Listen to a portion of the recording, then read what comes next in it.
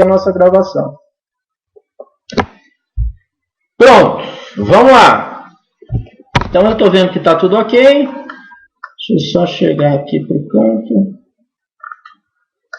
para ver se não atrapalha. Beleza. Podemos seguir? Tem alguma coisa pelo chat aqui. E aí, Romas? Fala para o pessoal de onde você é, Romas. É de longe, o menino.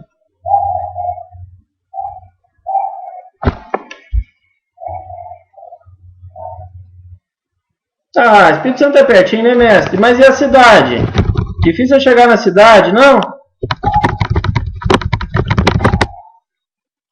Joia! Beleza, então, gente. Eu vou montar a posição para a gente trabalhar. E assim que montado, eu vou explicar para vocês qual seria, digamos assim, a minha visão sobre como melhorar na estratégia. Você tem vários autores que trabalharam vários temas, mas na realidade tem um que eu gosto muito, que é o Kotov, e a palestra de hoje é em cima do material dele, do livro Jogue como um Mestre.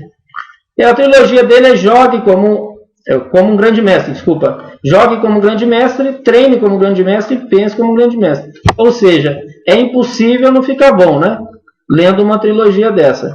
E o mais famoso é o Pense, que ali a gente trabalha cálculo. Mas na realidade o que eu gosto mais é o Jogue. É o livro mais grossinho dele, né? Deve ter ali umas 300 e poucas páginas.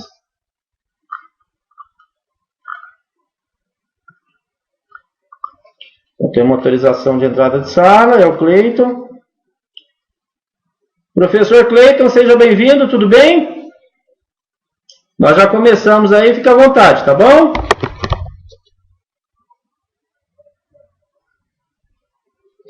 Vamos lá. Então, nós encontramos, pessoal, várias listas aonde se pode trabalhar a estratégia.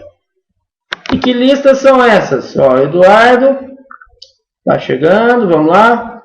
Eduardo, beleza? Já começamos a aula aqui. Bom, então nós temos várias listas. Aqui vocês devem conhecer, que é a mais famosa delas, está no livro Estratégia Moderna do Xadrez do Pacman. Ali logo no início, quando ele faz a apresentação, né, quando ele fala sobre como que ele entende a estratégia, né, como que ele conceitua a questão de estratégia, ele dá 6 itens. 6 itens para a gente poder trabalhar e fazer a avaliação estratégica. Ó, tá chegando aí o Wagner. Beleza?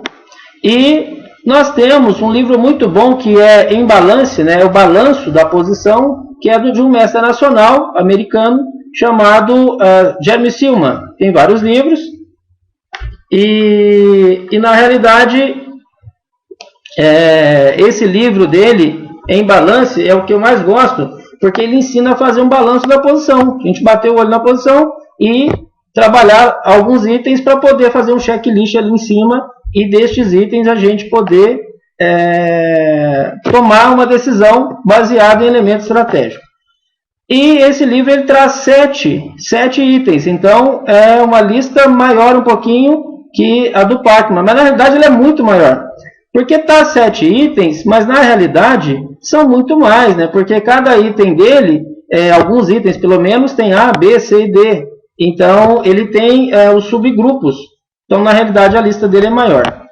E a lista que eu gosto muito é a do Kotov, até porque se você tiver uma lista grande de itens, fica mais fácil o quê? Você cortar alguns itens ali. Ah, eu estou com 10 minutos para fazer a avaliação estratégica. Beleza. Eu não vou conseguir fazer os 17 itens. Bom, mas faço os mais importantes, né?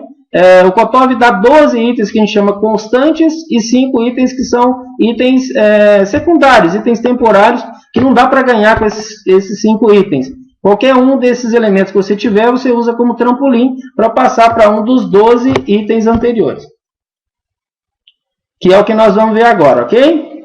Bom, as pessoas que já trabalharam comigo, que já fizeram aula individual, ou grupo de estudo, ou minicursos, têm uma visão de como eu entendo a evolução em xadrez. Eu imagino que a evolução em xadrez é uma construção como a gente constrói uma casa, por exemplo, que a ideia é subir vários cômodos de forma igual, né? Para quando você terminar a casa, tá ali o quarto, a sala, a cozinha, o banheiro, mais ou menos o mesmo nível.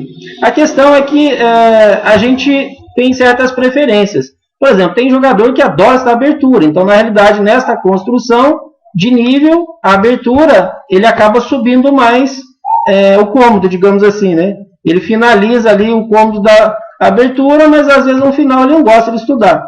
Então, um outro cômodo fica lá embaixo, e nunca essa casa vai terminar, essa casa vai ficar completa. Então, a ideia é que a gente suba o nosso nível por pilares. Você desenvolva um pouquinho de abertura, um pouquinho de meio jogo, um pouquinho de final, tática, estratégia, e feche com análise com foco no cálculo. E a lista de hoje é uma lista de estratégia dentro dessa visão de pilares.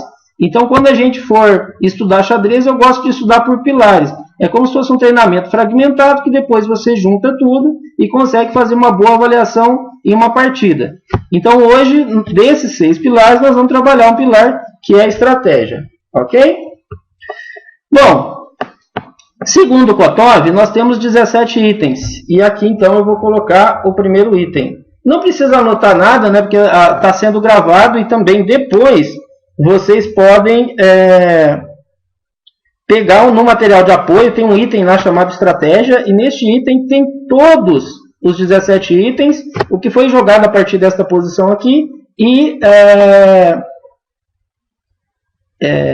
os temas. Todos os 17 temas estão lá, né? O que aconteceu, né, nesta partida, é uma partida do Botvinnik, jogada em 1936, no torneio de Moscou, contra um jogador top ali do mundo, não chegou a ser campeão mundial, mas é um jogador forte, que é o Solomon Flohr.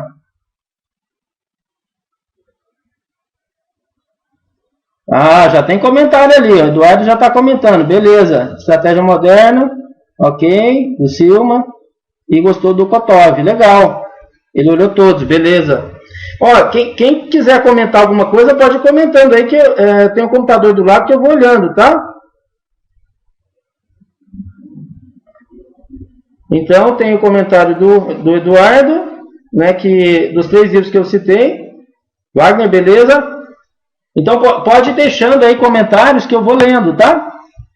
Então, é o seguinte, nessa posição cabia o lance às brancas, ao Botvinnik, em 1936, ele foi campeão mundial em 1948, havia então mais 12 anos para ele trabalhar, desenvolver o xadrez para ser campeão mundial. E depois ele foi campeão mundial mais 2 vezes, é um tricampeão mundial. E, na realidade, até pela formação dele, o Botvinnik era um jogador estrategista, né? Por formação, ele era engenheiro. Então, o engenheiro geralmente trabalha muito com a lógica, né? E o xadrez dele era extremamente lógico. Então, semelhante a um mecânico, por exemplo, que você leva seu carro lá, em uma concessionária, né, para fazer uma revisão, ele pega ali uma pranchetinha e vai olhando item por item. Aquele item que, digamos assim, tiver algum desequilíbrio, é onde ele vai trabalhar, né? Vai trocar uma peça, vai fazer algum conserto. A mesma coisa é o médico. Ou seja, quando você vai fazer um check-up, você chega ali, tem uma sequência de exames que ele pede, e aquele exame, digamos, que tiver algum problema, vai ser em cima disso que ele vai trabalhar. Ok? Então, esses jogadores, digamos, mais lógico, que trabalha mais com xadrez posicional, mais com estratégia, geralmente eles gostam de fazer um checklist, de ter uma lista de elementos que eles vão passando, e a hora que tiver algum ali com desequilíbrio, a gente aposta nele. Tá? Então, o Botvinnik, se a gente olhar, por exemplo, partidas seletas, o volume 1, 2 e 3 são as partidas comentadas dele. Hoje tem uma outra roupagem, chama Estratégia, e é publicado na Espanha. Estratégia 1, 2 e 3, mas é o mesmo conteúdo, é o mesmo livro. Então, se a gente olhar, ele é todo metódico, né? Ou seja, ele tem método para poder encontrar os lances, os planos. Então, Kotov pegou exatamente a partida do Botvinnik, né, que foi um dos maiores do jogo posicional. Eu não vou dizer o maior, que a gente tem vários jogadores bons também nesse quesito, né? Capablanca, Petrosian, Karpov, Kramnik, né? São ícones do xadrez posicional. Mas digamos que Botvinnik além de ter sido um jogador muito forte, que usou sempre muito bem a estratégia, ele também formou uma escola, né? A base dessa escola mais atual da antiga União Soviética é Kotov, lá com o Palácio dos Pioneiros e tal. Bom, então é o seguinte, Kotov pega a partida dele e vai item por item. Então ele falou, olha, o Botvinnik aqui, ele olhou o item 1. O que é o item 1? São os reis. Então vamos lá, vamos olhar o rei branco, eu estou digitando embaixo aí, para aparecer para vocês, para ficar mais fácil, mas não tem que preocupar não, que tem a lista depois no material de apoio, tá? É só para efeito didático. Então acho que apareceu, ó, em azulzinho, não sei se dá para vocês verem. Spassky também, né? Ô Gilberto, engraçado o seu comentário sobre o Spassky. Espera aí que tem mais um aqui para entrar. Acho que é o Romas que está caindo. Eu estudei muito o Fischer. Como eu sou um jogador agressivo, eu estudei o Fischer, eu estudei Alekhine, mais recentemente Shirov, Kasparov, tal, né? Gostava muito e tal. Mas quando eu estudei, especialmente o match de 72 do Fischer e do Spassky, eu fiquei fã, não foi do Fischer, foi do Spassky. Né? A postura dele, muito educado e tal. É claro que em termos de genialidade é Fischer, né? Mas olhando em termos de biografia, né, pelo menos aquela época ali, olhando os matches e tal, né, o Spassky era um gentleman, né, e o Fischer era um gênio, né? Então, engraçado, sim, o Fischer é muito intuitivo, exatamente. Então, dessa lista que eu falei, com certeza entraria o Spassky também. Bom, item 1 dos 6. Quando eu fazer uma avaliação estratégica, a primeira coisa que eu olho é o posicionamento dos 6. Vocês acham que dá para fazer um ataque direto aqui? As brancas em cima das pretas ou as pretas em cima das brancas? É só dizer sim, não aí pelo chat, quem quiser participar. Então, item 1 é o posicionamento de cada rei. Ou seja, se eu tiver uma possibilidade de ir com as minhas peças para cima do rei adversário e fazer um ataque direto, eu já tenho plano. Ou seja, meu plano é juntar todas as peças e ir para cima atacar o rei adversário. Isso é o plano de um lado. Do outro lado é o plano defensivo. Ou seja, eu tenho que rechaçar o ataque do outro. Geralmente quem vai atacar leva as peças todas. Pode deixar alguma coisa ali exposta. E aí eu tenho contra-ataque, né? Eu faço a sobredefesa, eu me protejo, digamos assim. E depois eu busco no contra-ataque. Isso, exatamente. Ó, por dois motivos, fica muito difícil a gente buscar aqui um ataque direto. Primeiro que já foram trocadas 6 peças menores, tem menos peças em jogo. Se eu trocar 1, 2 peças aqui, já seria um pré-final, ou talvez até um final, né? E a questão do ataque, rende muito o ataque é muito forte quando eu passo as peças pelo meio, pelo centro do tabuleiro. Coisa que não é possível agora, né? Porque essa posição, se não é de bloqueio, pelo menos semi-bloqueio. Se tivesse o peão de D das pretas, porque a coluna D está semi-aberta, seria, digamos, de bloqueio absoluto. Um minutinho só que está tocando o interfone aqui, eu estou sozinho aqui no Clube de Xadrez Online. Então, rapidinho, porque senão ele vai ficar tocando o tempo todo.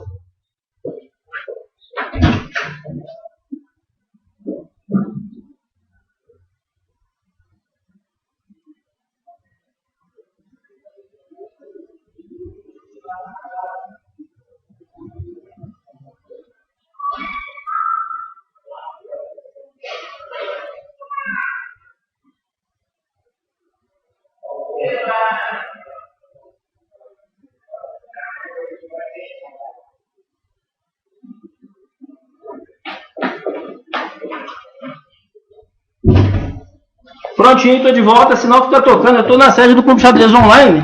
A gente tem expediente aqui das 8 da manhã até as 11 da noite, né? Porque tem treinamento e tem a parte comercial também, que os funcionários postam material e tal. Senão ficaria tocando ali e a gente teria dificuldade para seguir aqui.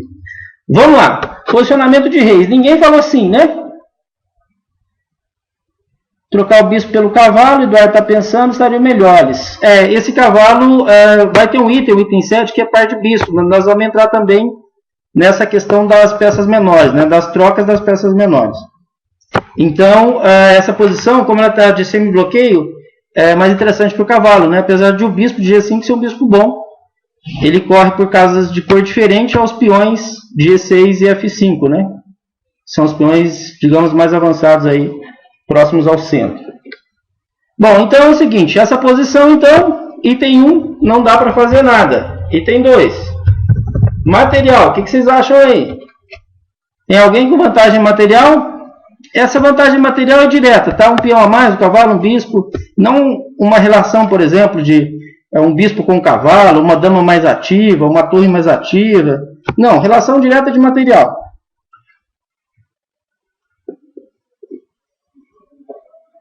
Ó, nós temos uma presença feminina aí. Paula Renata, seja bem-vinda. A aula ela já está seguindo, né? Começou 19 horas, mas depois você pode pegar o vídeo, tá? E rever aquilo que a gente já fez antes.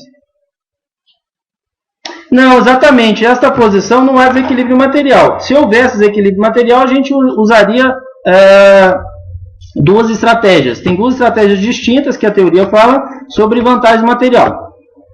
Por exemplo, se eu ganho um peão do adversário, uma possibilidade é trocar todas as peças, coroar esse peão e ganhar a partida no final. Ok? Quando eu estou com material a mais, há outra possibilidade. Qual que é a outra possibilidade? A subjugação. Ou seja, eu, como tenho material a mais, eu tenho força a mais, eu posso ir para cima do adversário e ganhar mais material. Então eu tenho a teoria da simplificação, que é do Capablanca, e a teoria da subjugação, que está lá no livro Xadrez Vitorioso, Estratégias. É inclusive uma coleção muito boa, né? São 5 volumes, é do Serauan. Muita gente já deve ter lido, ou tem e tal.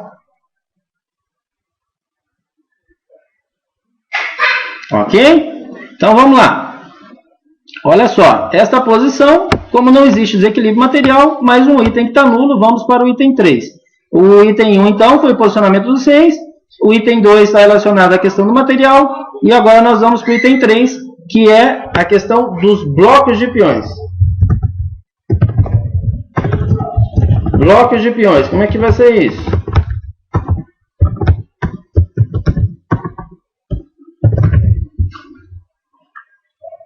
Por que será que eu conto as ilhas, que eu conto os blocos de peões? É para o meio jogo, é para o final? O que vocês acham?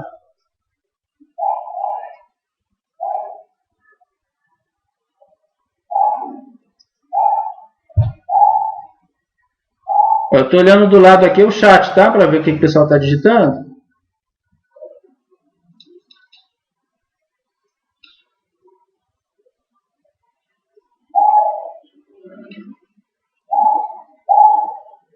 Exatamente. A questão dos blocos de peões é uma exploração para o final. Os blocos de peões, então, são as ilhas. Vamos imaginar que os peões são uma corrente e cada peãozinho seja o elo de uma corrente. Então, a corrente ela está muito bem protegida, muito forte, quando ela está unida. Então, quando eu começo a partida, está tudo muito beleza, né? Por quê? Porque ali os peões estão do lado do outro, um pode ajudar o outro e tal. Mas, na realidade, à medida que a gente vai seguindo a partida, os peões vão avançando, né? A gente vai tendo trocas de peões e aí essa corrente vai se partindo. Então, quanto mais fracionada, mais partida a corrente, mais debilidade a gente tem. Então, se um lado tem 6 peões, outro lado tem 6 peões, mas um lado tem 3 blocos de peões e o outro 2 blocos de peões, quem tem 2 blocos de peões tem melhor final, porque tem menos debilidades para a gente proteger. É por isso que a gente olha a questão dos blocos de peões. Então, os blocos de peões é o conjunto de peões, né? Aqui nós temos 2 blocos, 3 e 4, né? E aqui também tem 2 blocos, mas colocados de forma distinta. Nós estamos com 5-2 para o branco e 3-4 para as pretas. Ok?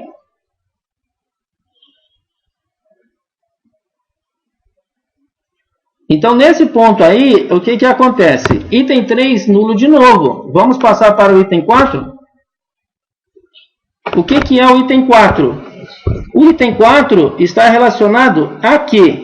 Está relacionado à questão do peão passado.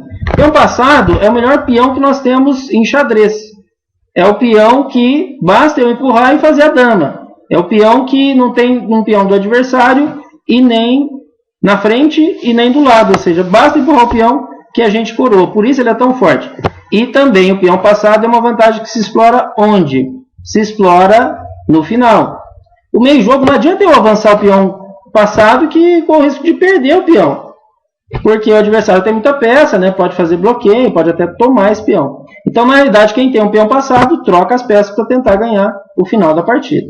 Ok? Não tem peão passado aí, né? Deixa eu digitar aqui para ficar a anotação certinha. Peão passado. Então, peão passado não temos. Vamos para o item seguinte. Deixa eu tirar essas setinhas aqui, fazendo um movimento de rei, tá? Então, esta posição agora, nós vimos 1, 2, 3 e 4. Nulo, não tem nada. Ou seja, eu preciso de alguma coisa para montar o meu plano. E até agora eu não consegui. Vamos para o item 5. Item 5 são peões fracos. Peões fracos tem 5 tipos de peões fracos. Quem consegue listar aí para mim?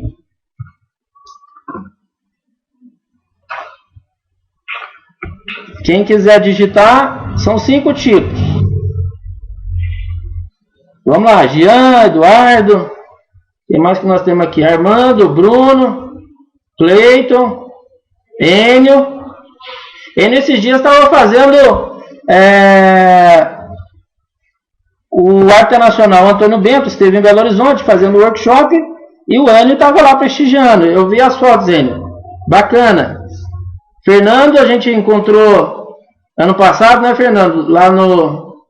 Foi Interclubes, né? Franco Montoro. A Franco Montoro em Montemor. Organizada até pelo Moisés, que está aqui. Jean, Gilberto, Luiz Felipe, Marcos, pode participar. O Moisés, Muriaci, Paula, Péricles, Romerson e Wagner. Pode ir digitando aí, tá, gente? Isolado, o Eduardo está falando, atrasado, dobrado, peões colgantes, sim, avançado, à frente da base, ok. Beleza, Eduardo já está com muito conceito. A Paula está achando que G3, né, pode ser um peão com problema. O Marcos fez a lista dele, isolado, bloqueado, dobrado, colgante, atrasado, beleza. Bom, Marcos, se tem um atrasado, tem um avançado também. E lembrando que peão colgante também às vezes pode ser bom, né? Até tem uma aula uma videoaula do Evandro. Falando em videoaula, a gente tem o Marcos aqui que está sempre prestigiando, né, Marcos? As videoaulas do Evandro. Então é o seguinte, os peões colgantes, eles têm força dinâmica. Eles podem avançar, como o peão isolado, né? O peão isolado, por exemplo, quando ele é D4, D5, ele abre linhas para as peças, torres, bispos, um cavalinho, se o peão de D4, o cavalinho pode ajudar, o peão pode ajudar esse cavalinho, pode pular para E5, ficar ali em um ponto forte.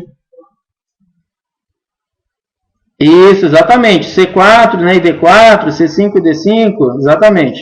Mas eles têm força dinâmica, né? Eles são fracos porque estão longe do grupo de peões, né? O peão colgante, os peões colgantes, no mínimo você já tem 3 blocos de peões, né? Porque do lado esquerdo e do lado direito não tem peão. Então, pelo menos na coluna vizinha, já tem que pular uma coluna. Então, no mínimo já tem 3 blocos. Então, geralmente o final é ruim para o peão colgante. Mas eles têm força dinâmica, né? Porque, por exemplo, C4 e D4, eles atacam D5, C5, D5, E5, né? Então, eles têm muito poder de avanço. Às vezes até sacrificando esses peões. Beleza. A minha lista é essa aqui, ó, que eu vou passar para vocês. Bom, dobrado é o meu primeiro. Um peão não ajuda o outro. Isolado.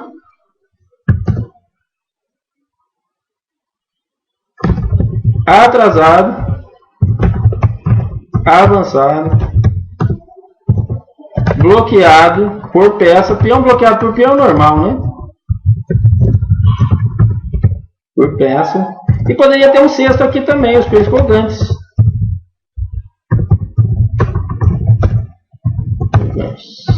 Opa. Pronto. Já mantive aí 6. Coloquei mais um.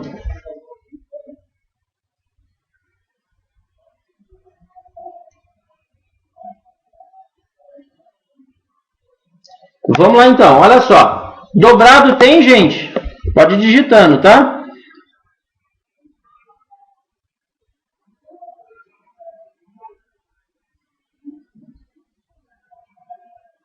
Gente, lembrando que a questão da conexão está ligado à conexão de cada um, né?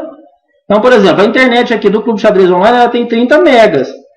Então, é uma conexão por fibra ótica, é uma conexão de altíssimo nível. Mas, por exemplo, se eu tiver em um local usando um 3G, ou estiver usando, por exemplo, internet via rádio, ela oscila.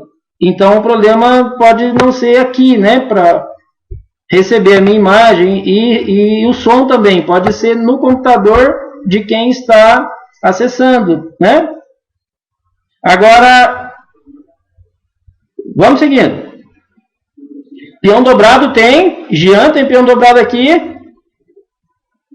Robinson, a internet via rádio, ela tem esse problema, ela pode estar muito boa agora, depois ela oscila um pouquinho, né? Eu já usei aqui, quando a minha cidade não tinha fibra ótica. Né? Com fibra ela já fica muito mais estável. Beleza, sigamos então.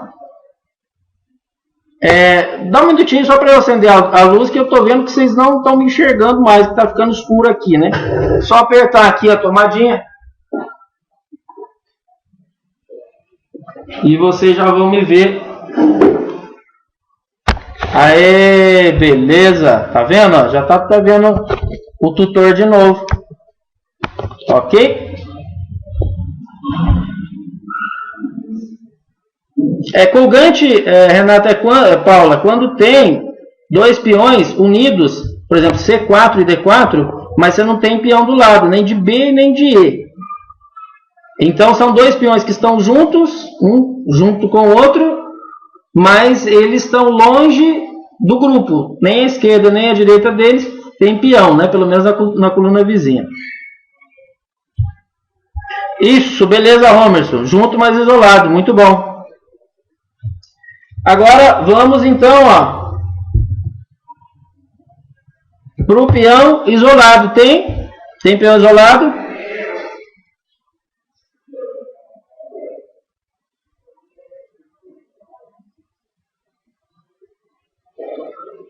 Beleza, mas Périx, fica tranquilo que nós vamos ver todos os elementos, tá?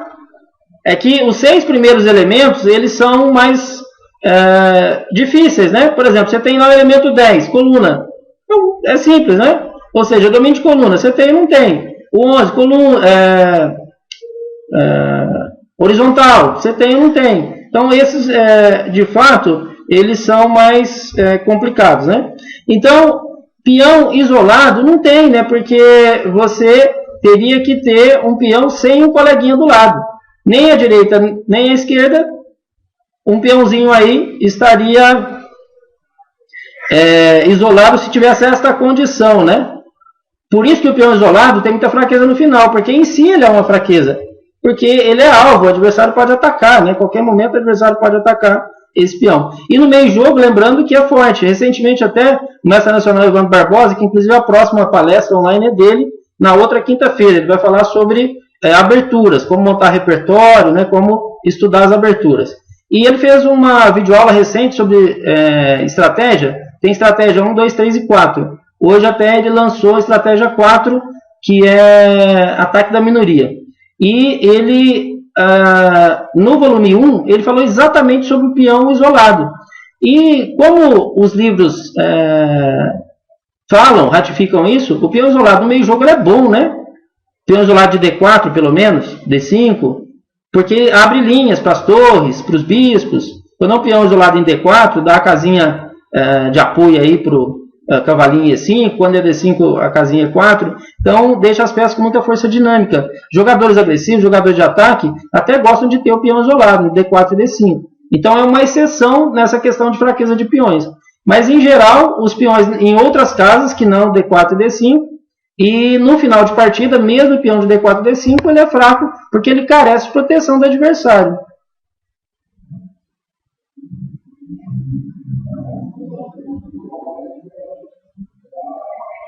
Já tem um comentário aqui do Eduardo. Beleza. Então, vamos lá, seguindo. E aí nós temos o peão avançado. Só tem um peão avançado nesta posição. Peão avançado é porque perdeu o apoio do grupo, né? Ele faz parte do mesmo grupo, mas o grupo não ajuda ele está para frente. Só tem um peão, um peão avançado nesta posição. Qual é, gente? Qual peão está avançado? Sem apoio do grupo. A5, beleza? Muito bem. F5 não, Jean, porque tem o peão de E6 que ajuda, ó. Então seria mesmo A5. Peão de A5 que estaria ali. Deixa eu ver se está tudo ok com a nossa gravação. Tá beleza. Só checando aqui se está gravando, beleza. Então, o peão de A5 que é o nosso problema. Ou seja, se alguém ataca, cavalo B1, cavalo A3, cavalo C4, cavalo A5, olha, vai ficar exposto e nós vamos precisar de peça para defender. Uma torre, uma dama. Geralmente, às vezes, o peão nem cai, né? O peão não cai, mas escraviza a peça do outro. É torre defendendo o peão, são 5 pontos defendendo um. Que o ideal é um peão defendendo o outro. É a defesa econômica, um peão defendendo o outro, né? Mas aí vai precisar de peça. E agora nós temos o peão atrasado. São 4. Nós temos 2 peões atrasados para as pretas e 2 para as brancas. Ajudem aí.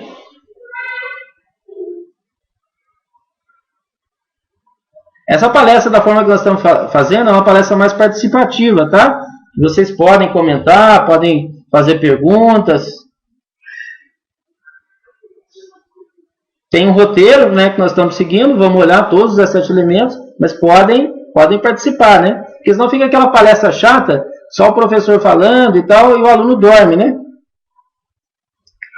Nossa, G7, H7, H2, G3... Ah, Jean, não, nenhum desses é atrasado. O Cleiton falou B3 e D4. Ô Cleiton, beleza, certinho. O Marcos disse B3, D4, B7 e E6. Ô Marcos, sem graça, mas aí não, agora você falou todos, ó. Beleza, Eduardo também, B3, D4, A5 e B7. A5 é para o avançado, né? Né, Eduardo? Seria E6. O Paula, o H2 não, que ele pode mudar o status dele. Pode jogar H3, H4. Esses que nós falamos, ele não pode mudar, né? Sob pena de você perder.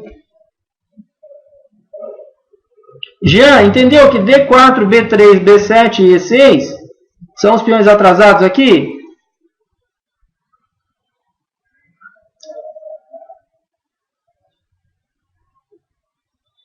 Ok? Então nós falamos também, gente, isso aqui não está em livro não, tá? Eu vou falar para vocês, mas é mais aquela dica de professor, mais na prática. Eu costumo falar em fraqueza peso 1 e fraqueza peso 2. Fraqueza peso 1 é aquela que existe a debilidade, mas ela não vai poder ser explorada. Então desses 4 peões aí atrasados, tem 3 que são peso 1, ou seja, está ali, mas não dá para explorar, e tem um que é peso 2. Então é fácil entender que o peão de D4 é o peso 2, né? Por quê? Porque ele está atrasado numa coluna que é semi-aberta. É aberta para as pretas, fechada para as brancas. Então as pretas podem sempre pressionar. Mas na realidade nunca tomar, porque vai ter defesa aqui para o branco, né?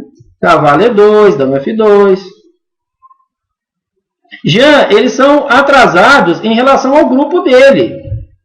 Por exemplo, B3, você não tem peão de C2 ou peão de A2 para proteger B3. Então está atrasado. O ideal é um peão defendendo o outro. B7 é a mesma coisa. E6 é a mesma coisa. E D4 é a mesma coisa. É em relação ao grupo de peões próprio. Tá? Ele está atrasado. Vamos lá? E por último, então, nós temos o peão que a gente fala bloqueado. Depois a gente já falou sobre o colgante, mas eu vou falar mais um pouquinho. O peão que a gente chama de bloqueado não tem aqui, né? Porque bloqueado por peão e peão dá na mesma, né? Ou seja, toda hora vai ter um peão bloqueado por um peão. Não é essa a ideia. A ideia, por exemplo, é quando você tem um problema assim, ó. Onde você tem um cavalo, uma peça, geralmente o cavalo no meio jogo é a peça mais forte, para poder fazer bloqueio ao mesmo tempo atacar, porque o cavalo mantém toda a força dele, toda a ação dele, mas ele não pode ser tirado, né? Porque tem um peão na frente atrapalhando. Nesse caso não tem nem peão de F nem de D que pode tirar. Então o problema de bloqueio é mais em relação à peça, que a nosso peão atrapalha atacar a peça do outro. Tá? Mas digamos que é um item menor, né? A gente não tem que preocupar tanto não. É como tem que citar os peões fracos. E aqui voltamos a falar nos colgantes. Os colgantes são 2 peões. Geralmente fala-se em peões de C e D na quarta fileira. Como se fossem esses peõezinhos aqui, ó. Então eles têm uma certa força dinâmica, porque eles protegem casas, né, no campo adversário. Mas na realidade eles são fracos, porque eles têm possibilidade de ser atacados, especialmente se um avançar. Aí você tem a casa D5, suponhamos que não tenha C6, você tem a casa C6 aqui, né? Você pode colocar peça, pode colocar outra peça. Então o problema desses peões é quando eles têm que avançar. Quando eles estão alinhadinhos aí, está tudo bem. Então com isso fechamos o item 5, vamos para o item 6.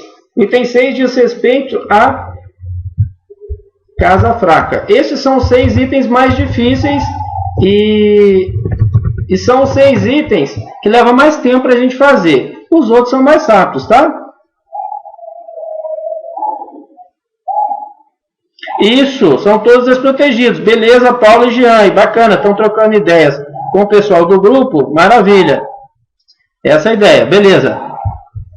Olha só, peão fraco, ele vira alvo. Eu pressiono e quero tomar esse peão. Eu quero comer esse peão, capturar ele, né? E na realidade, a casa fraca não tem como eu tomar a casa, né? Porque não tem peça ali. Mas na realidade, tem como eu infiltrar nela, tem como eu entrar na casa, tem como eu dominar essa casa. Então a casa fraca eu entro, eu domino, né? E o peão fraco eu tento pressionar para capturar. Então, nesta posição, há 5 casas fracas.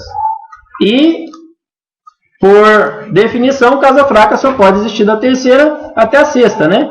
Porque a casa fraca ela surge porque o peão avança. Até tem uma frase do Helder Câmara, né, que já foi campeão brasileiro, que o peão não pode se arrepender. Ou seja, todo desequilíbrio em partida geralmente se dá movimento de peões, que deixa debilidade, ou trocas de peças. A gente troca, às vezes, um bispo bom nosso contra um bispo mau do outro. Isso causa desequilíbrio. Bispo bom e bispo mau porque é um bispo que tem atividade e outro não tem. Um corre por casa diferente dos nossos peões e o outro corre por casa de mesma cor. Então ele encontra bloqueio. Às vezes a gente tem uma dama no ataque e o adversário troca a dama. Eu precisava dessa dama para atacar. Então, ou seja, houve uma troca de peças e aí eu perdi a minha força do ataque. Então, geralmente, trocas de peças e avanços de peões é o que mais causa desequilíbrio, especialmente em estratégia. Né? Se a gente imaginar na tática, por exemplo, né, são outros itens que desequilibram. Por exemplo, uma interferência, uma peça sobrecarregada, um desvio. Né? Então, é mais em relação às peças. Agora, a casa fraca é porque o peão avançou e deixou uma debilidade. Na realidade, o ideal, né, quando eu começo a partida, os peões estão todos alinhadinhos ali, bonitinhos e tal, e na realidade eu não teria fraqueza. Mas no xadrez, como na vida, tenho que arriscar, né, para poder ganhar alguma coisa. E aí, avançando esses peões, surgem as debilidades. Então, da terceira à sexta fileira é onde eu tenho debilidades. Vamos falar as casas aí, vocês falam e eu marco aqui. Vamos lá, o Cleiton já falou D6 e B5. D6 sim, B5 não. Nem para o branco, nem para o preto, porque tem peão já defendendo, né? D6 sim. G3 não, porque agora, Paula, é casa e não peça. B6, Marcos, perfeito. Não tem nenhum peão que protege. E o Eduardo, B4, B6, D5 e D6. Faltou uma. C4 não, porque C4 já tem aqui, né? A3 não. A3 por definição sim, mas aí E3 e H3 teria que entrar. Aí já é uma regra prática de professor. também vocês não vão encontrar isso em livro. Eu sempre falo para os alunos identificar a casa fraca, mas que tem uma proteção, que tem um bracinho ali. A proteção é o peão, né? Porque senão você entra ali e o cara te tira. Então o ideal é que você tenha a proteção. Faltou uma só. E4. Eduardo achou. Muito bem, Eduardo. Muriaci também. Maravilha, Marcos. Beleza, todo mundo aí. O Bruno, Jean, Luiz Felipe. Bacana. Joia. Péricles, D6, B4, E4. Gilberto, o problema de G4 é que quando entrar a peça aqui eu tiro. Então, G4 não considera, né? A não ser que eu fizesse H4, aí o bispo sai, agora G4 virou casa fraca. É porque o adversário consegue tirar a peça que entrar aqui. Se tira, não pode ser casa fraca. Se tira por peão. E o H3 é a mesma questão que eu falei, já não tem proteção. Você não consegue se manter, né? H3, por definição, seria. Mas na prática não adianta, porque você coloca uma peça ali e não consegue se manter. É o caso de H3, G3, G3. Então é bom que tenha um bracinho protegendo, tá? Sempre que tiver a casinha fraca, a gente tem um bracinho. Também tem essa ideia de peso 1 e peso 2. O Marcos já está querendo colocar o cavalo em D6. Ô Marcos, você está muito sem graça. Você e Eduardo estão falando tudo, né? Então, assim, ó, impressionante como o nível de vocês está legal, né? Em termos de estratégia. Muito bacana, parabéns mesmo. Inclusive, D6, gente, foi um lance, ou seja, o Botvinnik trabalhou com o cavalo e chegou exatamente em D6. Neste item 6, porque nós estamos colocando os itens na balança. O que pesar mais é o que vai ser usado. Então, quando eu faço uma aula mais rápida, eu só vou até esse item 6. Porque esse item 6 já tem o desequilíbrio. Mas esta aula é para desvendar os 17 itens. Então, nós vamos seguir e depois a gente volta e vê por que D6 é o sonho do cavalinho entrar lá, né? Ah, legal, Eduardo. Beleza. Eu sempre fui, Eduardo, muito tático. Meu jogo e combina mais com a minha personalidade também, né? De ser mais empreendedor, assim, né? Ser mais do risco. Eu sempre admirei a estratégia. Eu sempre flertei com a estratégia, mas digamos assim, eu me dei muito melhor com a tática. Eu tinha muito mais habilidade para o ataque, então eu montei um repertório de aberturas todo mais agressivo, mesmo de pretas, às vezes cedendo algum peão, como a Schillmann, eu jogo a variante Schillmann contra a Rui Lopes, e ela cede um peão logo já nos primeiros lances. Então, mas joguei Índia do Rei, Benoni, né, que são defesas de contra-ataque, exatamente para valorizar esse estilo mais agressivo. Mas eu acho muito bonito quem joga estrategicamente. Karpov, por exemplo, os lances dele eram cristalinos, né? Pegava uma pequena vantagem, e aí manobrava mais, aumentava aquela vantagem e de repente ganhava a partida. Então quem domina a estratégia realmente, eu acho até, assim, ó, eu gosto mais do xadrez tático, ele me lembra mais a arte, né? Ou seja, o jogador que joga de forma mais agressiva, um Shirov, por exemplo, até tem 2 livros, né, Fogo no Tabuleiro 1 e 2, é um xadrez mais artístico, é mais bonito, né, mais poético, mas é um xadrez mais do risco. O xadrez estratégico é mais da bolsa de valores ali, né, olhando aqueles índices e tal, digamos assim, ele não é tão alegre como esse xadrez tático, mas ele é muito eficiente. Então, você fica olhando os índices e tal, né? É o estilo Kramnik ali de jogar, né? E de fato, hoje, para administrar os torneios, administrar as partidas, questão de rate, de prêmios, você vê os jogadores trabalhando mais estrategicamente suas partidas e menos taticamente, né? Então, se precisar, força até um determinado ponto, aí empata, né? Beleza, Paulo, nós também já fomos iniciantes, é assim mesmo, né? Vai pegando conhecimento aqui, outro ali, vai somando e de repente você já é uma jogadora forte, né? Isso, Péricles, é esse o caminho, exatamente, B1, A3, C4. Mas perde tempo, mas aí que tá, Péricles, olha o seguinte, na abertura é que a gente deve preocupar com o quê? Com os tempos, ou seja, a gente tem uma equipe ali. E como numa empresa, você não pode botar um funcionário trabalhar 16 horas e o outro 0 hora. Um tem que trabalhar 8 e outro 8. Ou seja, todo mundo tem que participar, tem que jogar. Passada a fase de abertura, você pode manobrar a peça muitas vezes. Para quê? Para ele... Ó, alguém caiu aí, está voltando. Você manobra uma peça muitas vezes para chegar a um determinado ponto. É exatamente por isso que é uma manobra estratégica. Você pega um cavalo e manobra 3, 4 vezes para um determinado ponto. Uma torre, às vezes você joga 5, 6 danos para chegar em determinada casa. Um rei, né? Às vezes você tem um final ali que o rei trabalha muitas vezes. Então, a característica mais da abertura é do ganho de tempo. Mas o meio jogo, o final, é mais de colocar bem as peças no tabuleiro, independente se gasta tempo ou não, tá?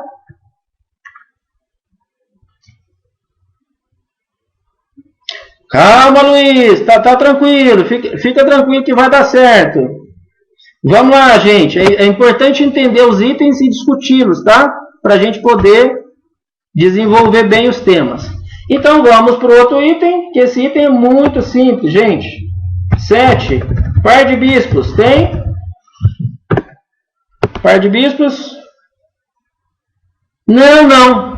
Então, o pessoal pergunta, tá? A ordem é você que dá. Agora são 2 grupos, tá? Do 1 ao 12 e tem do 13 ao 17. É bom não misturar os grupos. Do 1 ao 12 são itens maiores, mais fortes, tá? Por isso que ele chamou vantagens constantes e vantagens temporárias. Lá no material de estratégia que vocês vão receber, está separado um do outro. Beleza, então. Par de bispos não tem. O Kotov é da escola russa, né? A escola da antiga União Soviética. E os livros dele, essa trilogia, é o que geralmente descortinou o xadrez da antiga União Soviética e mostrou como eles trabalhavam a estratégia, a tática, o cálculo. E a valorização da escola russa é muito em cima do par de bispos, da força do par de bispos. Então, muitas partidas a gente ganha o bispo contra o cavalo, às vezes até o cavalo contra o bispo. Mas a escola russa valoriza muito o par de bispos. A lista de elementos dele não é de peças menores em geral, é par de bispos, tá? Isso, mas o centro está fechado também, o bispo não tem... o bispo está ativo, né? Ele está de cor diferente aos peões mais avançados, ali F5, E6.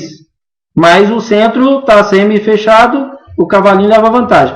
A ideia é o seguinte, ó, isso está lá no volume 1 do Tratado Geral de Xadrez do Grau. É volume 1, 2, 3 e 4. 1 é rudimentos. Ele fala, quanto vale um cavalinho? Você fala 3. Aí ele fala, e o outro cavalinho? 3 também. Junta os 2 cavalos, 6. Quanto vale um bispo? 70% das posições são abertas ou semi-abertas. Mesmo você jogando D4, em algum momento a posição se abre. E aí o que vai acontecer? Você vai ter uma valorização do bispo. Então, 70% das posições o bispo é superior. Por isso que a gente coloca ele como 3,5. 20% são iguais. Quando tem peões, por exemplo, ou na ala da dama só, ou na ala do rei, e o cavalo é peça lenta, ele tem que ficar limitado a uma das alas. Quando você tem peões em uma das alas, fica fácil para ele manobrar, né? Ele tem que andar menos. Então, 20% iguais. E 10% é exceção, o cavalo é superior ao bispo. Agora, a conta que se faz, então, segundo grau, 3,5 mais 3,5. Ele fala 2 mais 2, então agora vira 5. 5 porque o 3,5 mais 3,5 não vai ser 7, vai ser 8. Tamanha a força do par de bispos, tá? O Grau foi o meu quarto livro. E eu fiquei apaixonado com xadrez dentro do Grau. Comecei xadrez em 89 e li o Grau em 1990. É um livro amarelinho da editora Sopena Argentina. Era a anotação descritiva. Hoje é um de capa preta e ele é publicado na Espanha. Né? E é já em algébrica, né? Que desde 1984 a FIDE adotou a algébrica como anotação oficial. Os livros que são lançados de lá para cá e as edições novas, né, revisadas e tal, elas colocaram já algébrica. Bom, então, item 7 não tem. 8. Centro sólido de peões.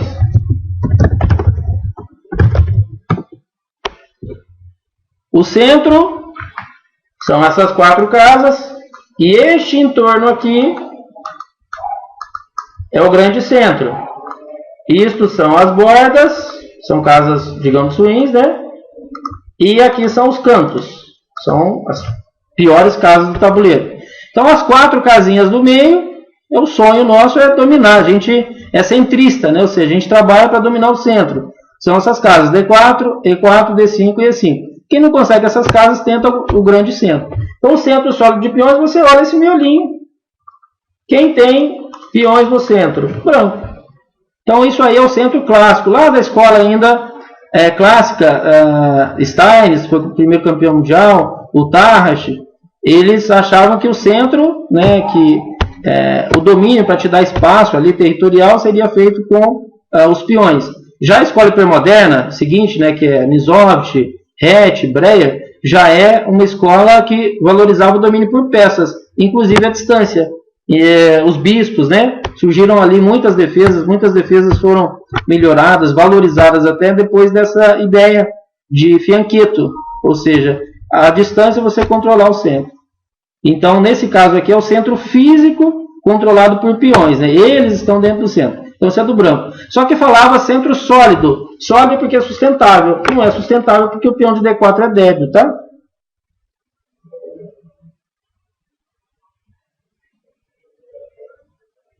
Onde é que você viu o centro deslocado?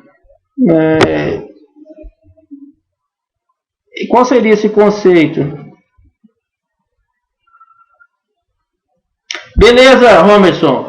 Quando terminar a aula, ela está sendo gravada aqui pelo Camtasia, aí eu vou fazer um negócio que é renderizar, né? Eu vou compactar essa aula, vou jogar no servidor do Clube Xadrez Online e já mando o link junto com o material de apoio, tá bom? Então, vocês aguardem mais tarde, que depois eu ainda tenho mais aula, tem aula individual. Quando eu terminar essas aulas, eu vou encaminhar então para vocês, para todos que fizeram a inscrição, o vídeo. Aí você consegue ver mais facilmente, tá bom? Bom, o centro deslocado eu não saberia, Eduardo. Estratégia superior? Tá, entendi. Então, mas aí é que você pode migrar vantagens, né? Você trabalha com uma vantagem, depois você pode migrar para outra. Por exemplo, você pode começar com o centro clássico, E4, D4, o adversário com D6 e E5. E de repente você simplificar esse centro. Pode haver uma troca, por exemplo, de E por D e ficar o que a gente chama de vantagem pequeno centro, ou seja, um peão branco em E4 e outro peão das pretas em D6. Então, acho que seria alguma coisa assim de migrar o tipo de centro, ok? Beleza, então. Vamos lá para o item 9. O item 9 é a debilidade periférica. O que seria isso? Não é nas beiradas não, tá? Periférica. Debilidade periférica, gente, é quando uma parte do tabuleiro tem debilidade, tem fraqueza, né? Então, debilidade aqui periférica é mais no sentido de lado, ou casa branca ou casa preta. Igual a cidade, né? Ou seja, aquele lado, aquela parte é a periferia. Ou seja, e não exatamente o subúrbio. No caso, seria, digamos, uma lateral aqui.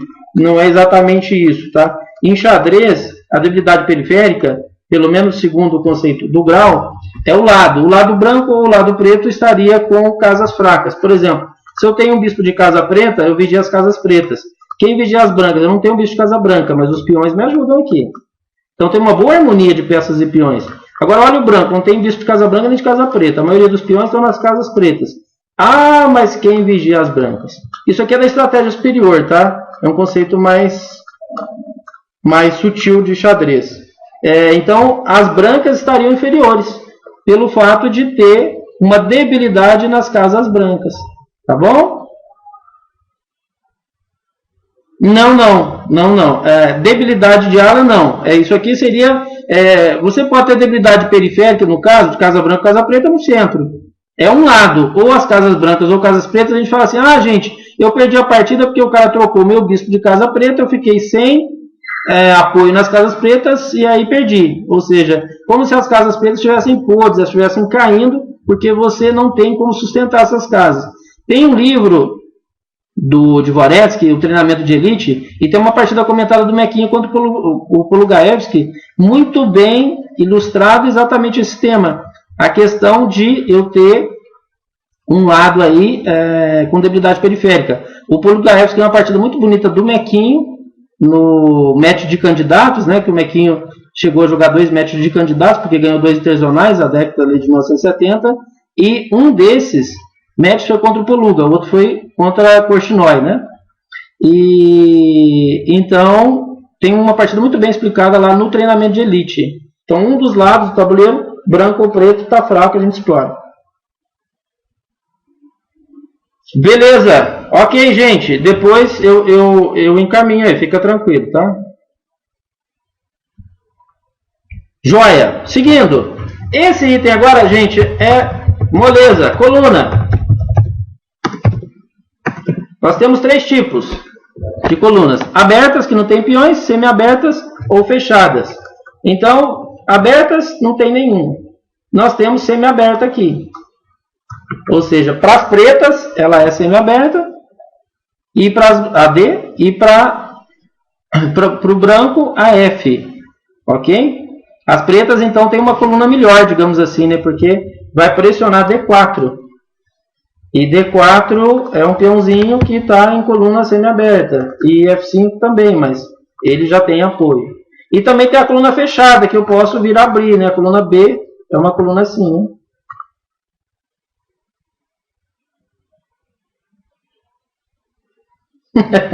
É, que na realidade o livro, o Dvoretsky dá um puxão de orelha no Mequinha, né? Ele fala que o Mequinha não entende nada de estratégia, né? Porque ele foi totalmente dominado ali. Não é isso, né? Claro. Mas Dvoretsky defendeu muito o Poluga ali, né? Que é da região dele e tal. Bom, vamos lá. 11. Moleza também, fileiras. Qual que é a melhor fileira no xadrez, gente? Melhor horizontal. O sonho de toda torre que está numa coluna aberta é entrar no paraíso das torres. Onde é o paraíso das torres?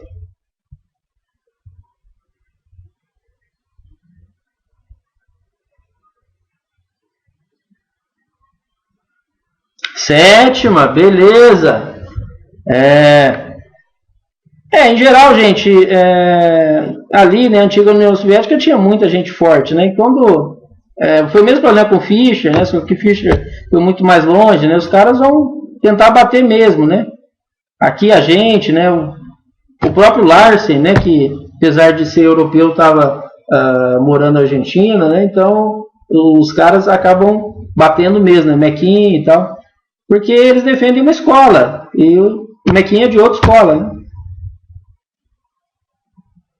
A oitava é a segunda mais forte, Paula, porque a sétima você cerca o rei, fica difícil de ele sair, tá? E também você ataca os peões pelo lado, fica difícil ele se defender. A oitava, quando você invade ela, você tira o rei da zona de conforto, também é legal. E a terceira fileira também, viu, gente? Na frente dos peões, é como se fosse um canhão, a torre passa, tem siciliana, que a gente contra a siciliana a gente faz isso. Tem Benco, a gente passa um torre A3 aqui, para a torre B3. Então, imediatamente à frente dos peões. Então, a sétima é a primeira, a oitava é a segunda e a terceira a outra. Sim, os peões têm alma, né? Tá certo. Dizem que o peão na sétima é o peão passado, né? Então, na sétima ali, que está querendo coroar, é um criminoso. Tem que prendê-lo, bloqueá-lo, né? Isso tem lá no meu sistema do Uniswap. Bom, vamos lá. 12. Domínio de diagonal. Muito difícil esse, né, gente? Olha, campo branco e campo das pretas aí. Quem tem mais domínio de diagonal?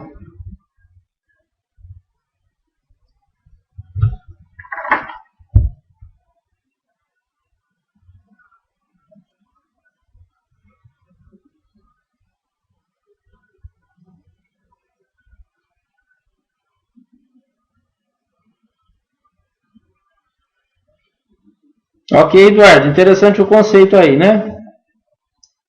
Isso, gente, é pretas, porque as pretas têm o bispo, né? E o branco não tem bispo, então o domínio de diagonal das pretas. Esses 12 itens, então, são os itens constantes, e quando eu tenho o domínio deles, geralmente dá para trabalhar a vitória na partida, especialmente aqueles primeiros que eu tratei, que são mais relevantes, tá? E agora, o 12, então, diagonais. Tem alguém tentando... Adilson, você está chegando agora, Adilson? Nossa aula já está acabando, menina. É 19 horas de Brasília. Bom, mas acompanhe a gente aqui, que nós já estamos em processo de finalização. E depois você pega o vídeo, tá bom? Vamos lá, 12 então é diagonais. E agora a gente passa para o 13, que seria já o 1 das variáveis. Desenvolvimento. Dá para julgar, gente? Dá para julgar desenvolvimento aí? Desenvolvimento diz respeito à abertura, né? Colocar as peças em jogo. Não dá. Então, item nulo. 14. Peça fora de jogo. Tem? Tem peça aí que não está participando da luta? O que vocês acham?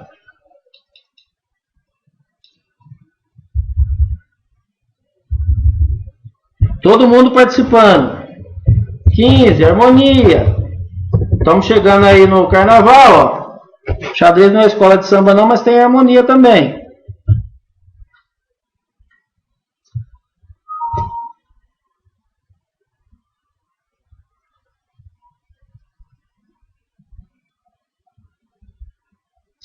Mas elas cumprem função aqui também até interessante, né, que é de proteção da debilidade. Mas estão harmônicas, né, porque aqui as 3 fileiras, elas conseguem trabalhar, né, talvez até pior que as torres das pretas, mesmo atacando, porque elas têm menos possibilidade de manobra. De fato, em termos de atividade, você tem razão, né, Périx, porque elas estão inativas em termos de ação, né? Porque elas estão adotando uma postura defensiva, defendendo ali D4. Mas a harmonia, então, é uma boa relação de peças, de peões. Então, uma torre que defende outra torre, que defende a dama, que defende o peão, o cavalo que ataca o centro, esse que defende aqui e lá e tal. Então, tem uma certa harmonia aí, né?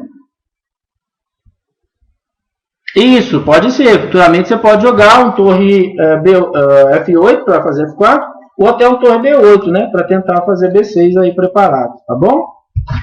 Vamos para o item 16. O item 16 é espaço, controle de território. Fácil ver que o branco tem controle maior de território, porque se eu dividir o tabuleiro no meio de campo, meio de quadra, eu tenho aí 2 peões já que atravessaram o campo do adversário e estão incomodando ali, né? B6, D6, F6. Então, em termos de espaço, branco. E para finalizar os itens, mas não a palestra ainda, nós temos a pressão no centro exercida por peças. É como se fosse o centro da escola hipermoderna. Pressão no centro por peças. Também é fácil da gente trabalhar. Por quê, gente? Vamos ver as 4 casas do centro? Vamos. Tem torre. Esta torre por raio-x, mais a dama e mais o cavalo. Mas as pretas só tem uma torre. Então, branco, melhor, né? Isso. Então, ó, Jean, está mais coordenado. Isso dá uma melhor harmonia. De fato, o branco. Então, se a gente olhar aqui, a maioria dos itens foi a favor do branco, mas na realidade, o item que o Botvinnik explorou foi aqui a casa fraca, né? D6, como a gente havia falado que ele iria lá, né? O Flor manobra o bispo para proteger as 2 casas, mas na realidade quando tomar aqui já vai perder, né? Porque o peão está a 2 casas da coroação e aí abre a coluna E ainda para bater na fraqueza que era tipo 1 vira tipo 2 agora. Cavalo muito forte, né, Eduardo? Sem dúvida. Então, ó, cavalo B1, volta a dama, cavalo A3. Então, de fato é lento, gente, mas na realidade tem sua função, que é bater lá em D6, né? Então, o cavalo na quinta, na sexta é muito forte, porque invade o campo do adversário e cria uma zona grande de ataque, olha só. É muito forte no ataque. E aqui, torre B8, foi jogado na partida, torre B1, dama K, B4, torre... Tomou de E. Em geral, é da beirada para o meio, de C para D, né? Tomou de E para D para poder atacar E6. Dama 5, torre B3, e aqui já está fácil. Dama E2, ataca E6. Depois vai para C4.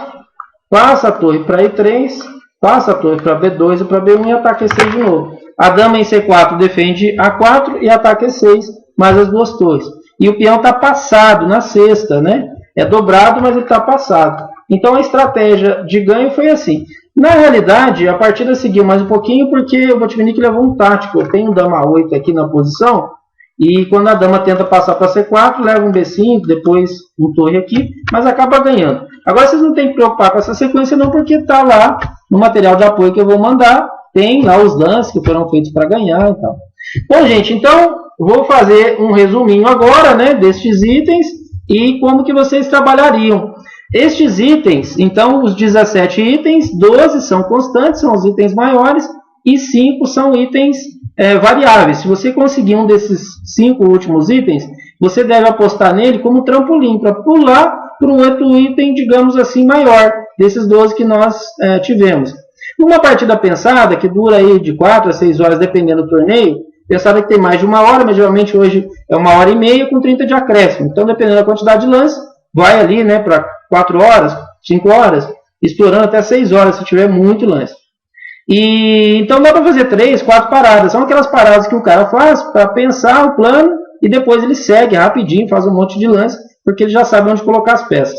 Lembrando que a parte de estratégia, quando você vai jogar, ela não é concreta, ela é abstrata. Quando o adversário vai jogar, você não fica andando pelo salão, não. Fica grudado ali, namorando o tabuleiro, vendo as considerações estratégicas. Depois, quando ele jogar, você já tem o lance concreto. Aí você vai ver, né, mais a parte de cálculo, porque você já sabe qual lance que o cara fez. Então, a parte de estratégia, a gente usa muito o tempo do outro para fazer a avaliação. Seria melhor trocar as damas, manter as torres, né, ter alguma casa fraca para eu entrar? Agora, quando ele faz o lance, aí nós entramos já na parte concreta, né?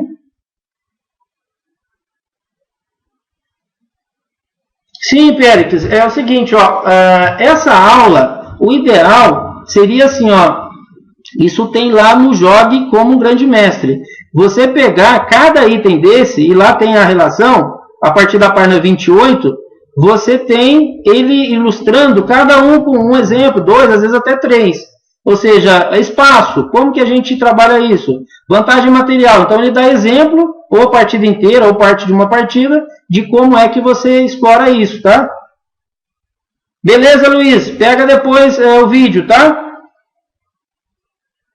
O Cotório, muito bom. Tem outros livros modernos, né, gente? Tem a Guard hoje, com aquela coleção maravilhosa de Strategic Play, Positional Play, The Gameplay, Manual de Ataque, né, 1 e 2, Ataque e Defesa. Tem muitos livros bons. Eu gosto muito do Guard, mas os clássicos são os clássicos, né? A gente tem que fazer uma base legal e essa base passa pelos clássicos, né? Agora, em termos de livros, esses do Guard eu gosto muito. Falei Kotor, Estratégia Moderna, Xadrez Vitorioso, né? Então tem muitos livros bons de estratégia. O próprio livro de estratégia em português do Júlio da Pertosa, que é um excelente professor lá de Belo Horizonte, e do tricampeão brasileiro, né? O GM Darcy Lima. O livro chama Estratégia, também é bom, está em português, e tem até exemplos mais recentes, né? Como site, assim, sugestão de site, tem pouco, porque o site, geralmente, o Chess Tempo, ele trabalha mais a tática e o final, e não muito estratégia, né? Estratégia a gente tem muito em programas, o Chess Tutor, o antigo Personal Chess Training, que virou Chessimo, a gente tem lá, módulo estratégia, e tem o meu favorito, que é Total Chess Training, que é um programa de treinamento da Rússia, que é vendido pelo Chess OK e é um parceiro nosso, até a gente tem lá na seção download e da loja, na seção computadores. E é 1, 2, 3 e 4, então tem os módulos de análise, ou pode comprar ele também separado, né?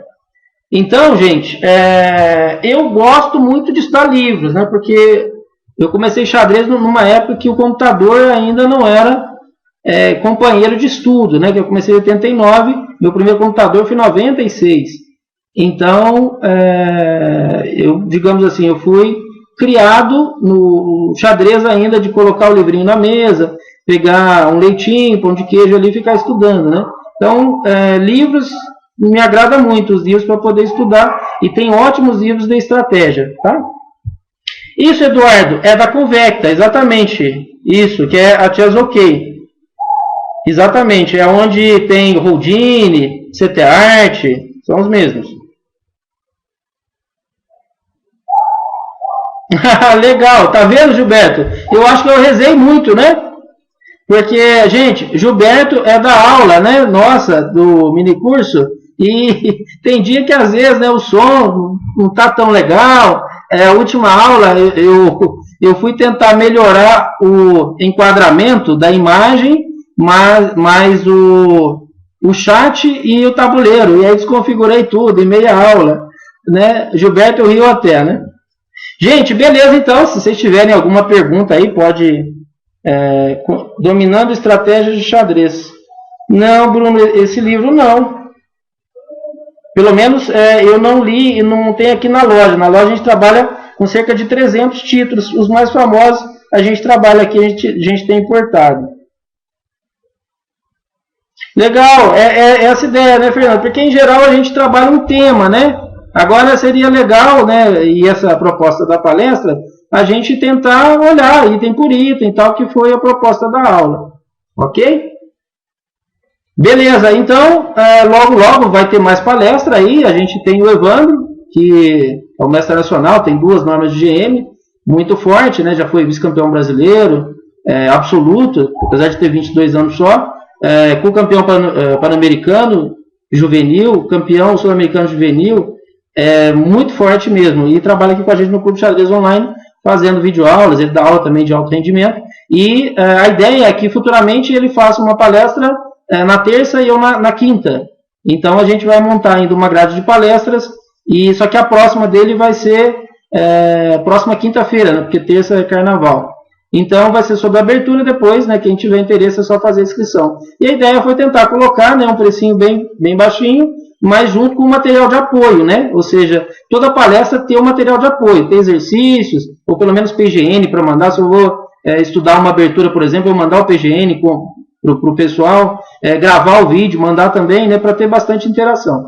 E a ideia seriam aulas assim como a gente fez mesmo, né? Aulas interativas. Eu acho chato aquelas aulas que só o professor fica falando. Bom, aula participativa como essa que nós fizemos. Abração para vocês, gente. Eu imaginei essa palestra com 1h10. Nós estamos 5 minutos só, passamos do prazo. Que em geral é isso, né? 60 minutos, 70. Eu imaginava que era mais ou menos isso que eu gastaria, até 70 minutos para poder fazer a explicação para vocês, começando às 7. Então, graças a Deus deu tudo certo. E aí nós estamos gravando e depois eu encaminho então o material de apoio. Esse material de apoio, os exercícios, vocês podem até mandar para mim para corrigir, tá? A gente tem uma equipe aqui, o Matheus, o Giovanni. O Evandro trabalha aqui com a gente, mas ele não faz essas correções, não. Ele fica gravando videoaula. Então podem mandar, que a gente tem um grupo de apoio aqui para poder corrigir. Eu vou mandar em forma de exercícios, né? São 30 diagramas e tem 3 textos relacionados a como avaliar a posição. Tem do Kotov, tem do Pacman e do Silma. Abração para vocês, muito obrigado por ter prestigiado, tá? Valeu, até a próxima. Marcos, obrigado. Obrigado, Fernando. Romer, isso deu certo, né? Caiu um pouquinho a conexão aí, mas deu certo. Jean, valeu demais, tá? Gilberto, até mais. Gilberto, amanhã tem aula de novo. Se quiser aparecer para rever o que nós vimos na quarta, né? Porque o mini curso tem quarta e sexta. É o mesmo tema. E aí você pode entrar para rever. Beleza, então. Abração para vocês. Moisés, valeu. Sucesso aí com xadrez regional, hein? E eu acho que em breve você vai ter que mudar o nome do site, né? Porque você está com todas as modalidades agora. Impressionante, né? Vai ser um esporte regional, alguma coisa assim, né? Porque está com xadrez e um monte de outras modalidades. Parabéns, viu? Tem feito escolinhas, formado talentos aí, tá muito bom. Sempre tenho visto postagens suas ali, as fotos e tal. Ah, exatamente, a empresa, né? XR Esporte Clube, mas o site ainda tá xadrez regional, né? A empresa sim, né? A empresa aparece xadrez regional Esporte Clube, exatamente. Beleza, então, valeu demais, gente. Até mais, obrigado. Eu vou parar já a gravação aqui também.